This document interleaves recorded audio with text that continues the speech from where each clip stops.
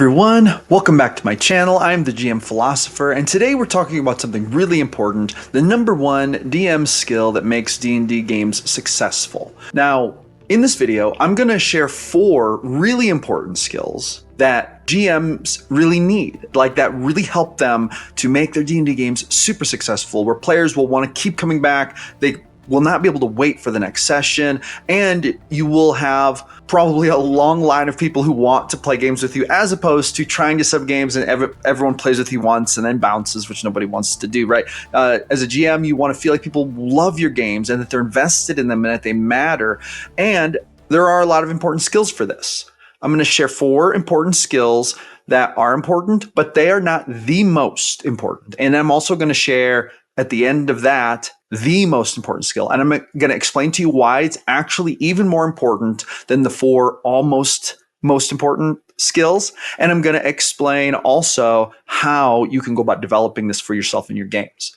So let's jump right into it. First of all, one skill that is actually pretty important, but is maybe not the most important thing, is knowing the rules. Knowing the rules is important because this is sort of like an agreement between you and the players about how you're going to engage in the gameplay. It places some basic parameters on the play. You know, there's a character sheet, there are the basic attributes, there's a list of skills, there are particular ways the spells work, etc. This really helps to set the tone for the world you're going to be in and for the engagements that are going to go on, okay? The second skill is creating awesome stories. It's really pretty important for a GM to be able to tell awesome stories.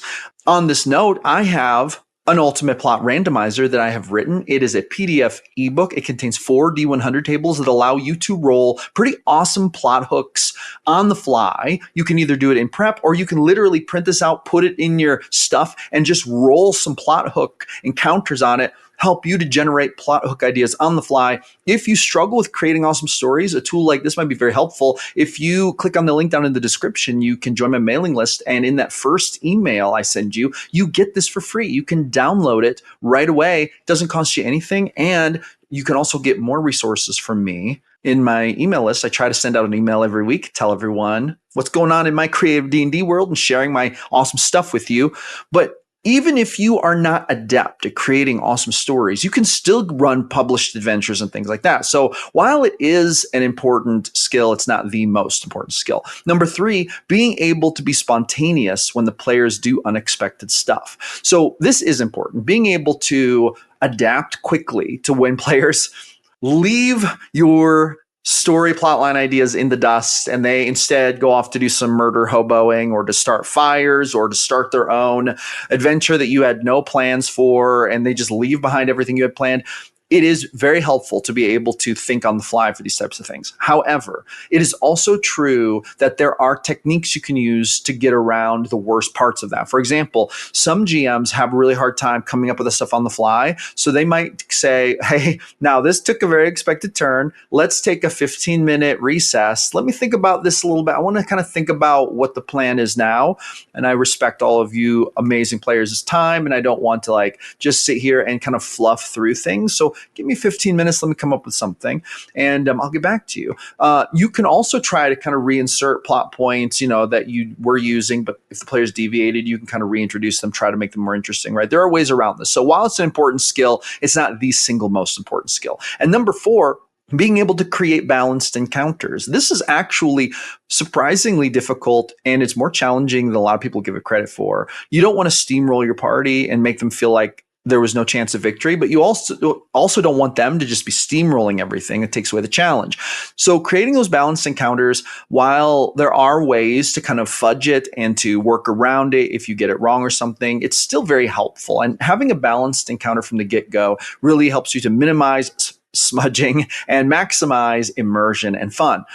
With that being said, it is not the most important skill. So what is the most important skill that a DM can develop that will make their D&D games the most awesome and successful? And I'm going to tell you that when I was thinking about this title and how I wanted to answer this question, I immediately knew what it was. It's something that I call emotional interfacing. What does this mean? It means having the ability to emotionally interface and connect with your players.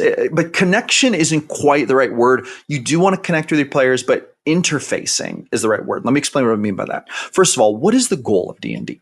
It is to enjoy a shared story and fantasy adventure experience together with friends. Okay, that's really the goal of D&D. In order for that to be successful, everyone needs to feel engaged, important, and relevant. Okay, this is really important. If a player doesn't feel like they are included, if they don't feel like their character has contributed anything meaningful, if they don't feel like their character has gotten any screen time, they're going to feel like, well, what's the point of trying to enjoy D&D? Because these are the things I'm supposed to enjoy. I'm supposed to feel like I'm supposed to be happy that my character's doing cool stuff and getting cool stuff, and that getting cool stuff will allow my player to do even cooler stuff, and that when I do, it'll make a difference in the story, and that'll be awesome and feel good. And when that's missing, a player will be likely to ask themselves, well, why bother? And that's a fair question. And of course, as GMs, this is what we're always trying to get ahead of. We want to help players to feel important, engaged, and relevant. Okay. Now, everyone also needs to feel like they have a level of agency within the game that gives them proper immersion and that makes them feel like they're in control of attempting to share their own destiny. Okay.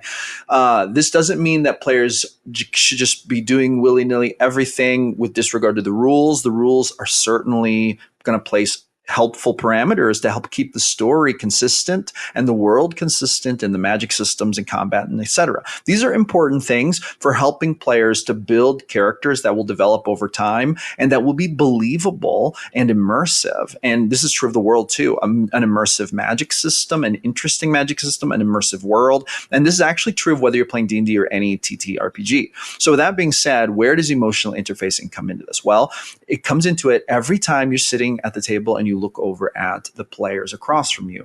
Maybe player number one, you're looking at them and you're describing what the door looks like that they're studying. They say, I'm going to pick the lock. And you say, okay, roll me a check. And then they go to roll and you make your little calculations and you decide whether or not they succeeded. And then you say, the lock jiggles a bit.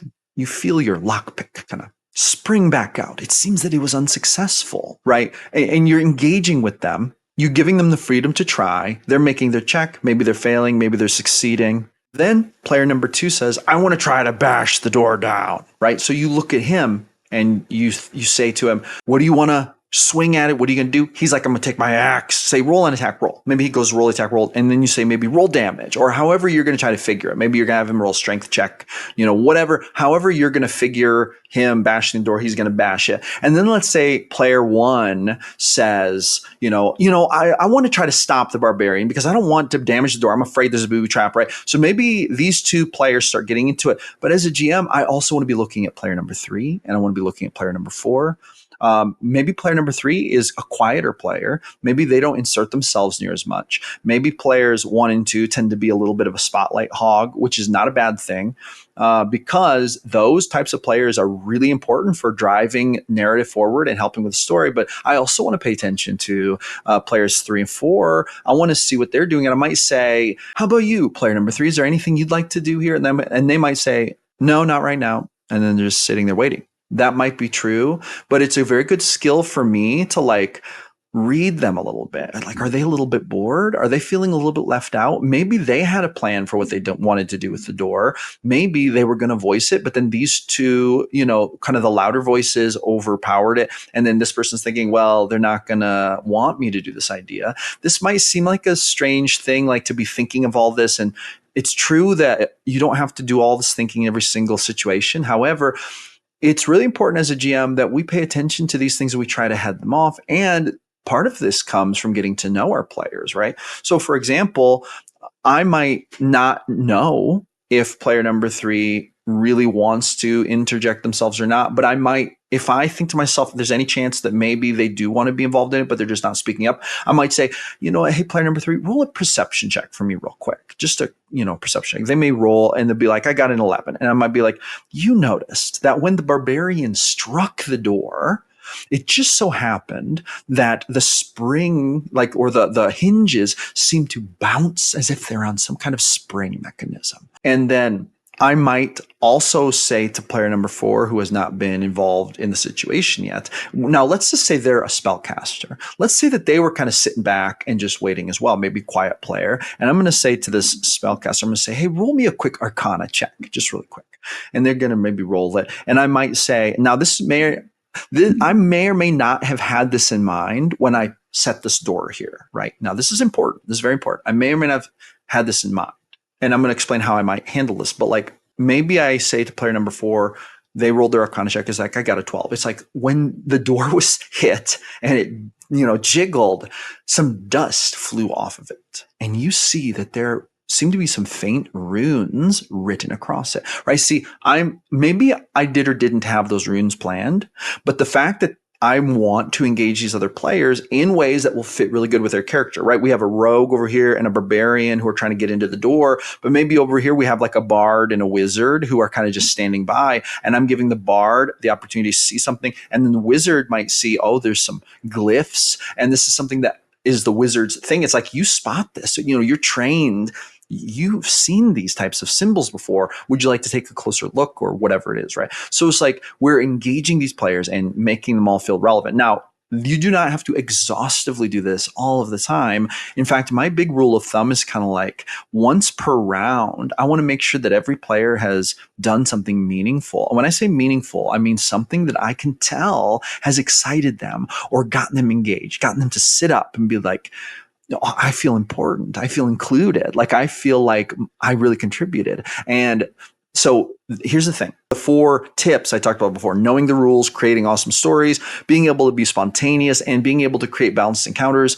All of these things are good. They are very good.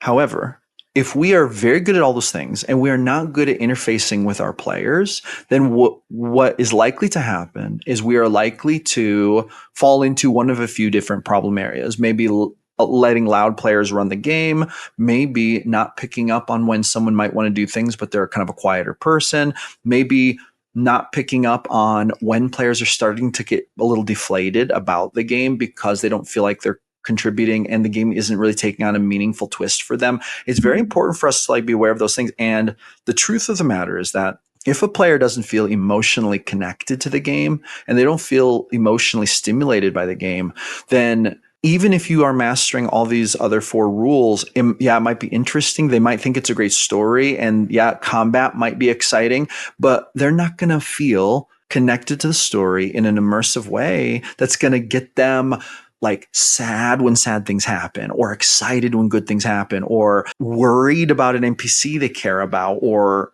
even being so excited to get back to their character next weekend, right? When you play your next game, that they're going to be counting down the days, wanting to get there, telling their friends how awesome it is, right? So the bottom line, I believe, is this.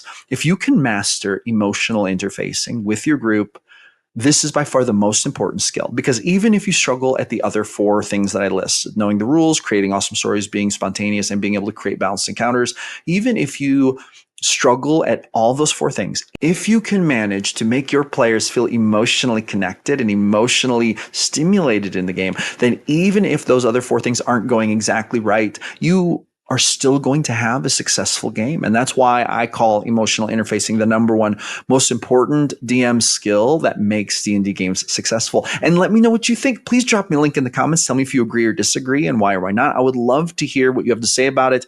Hey, thank you so much for coming back to my channel. I try to post content every day about the best game in the world, D&D. Get out there and play some D&D this week or weekend. If you don't have a game going, you know what? Start one up with some awesome people. It's worth it.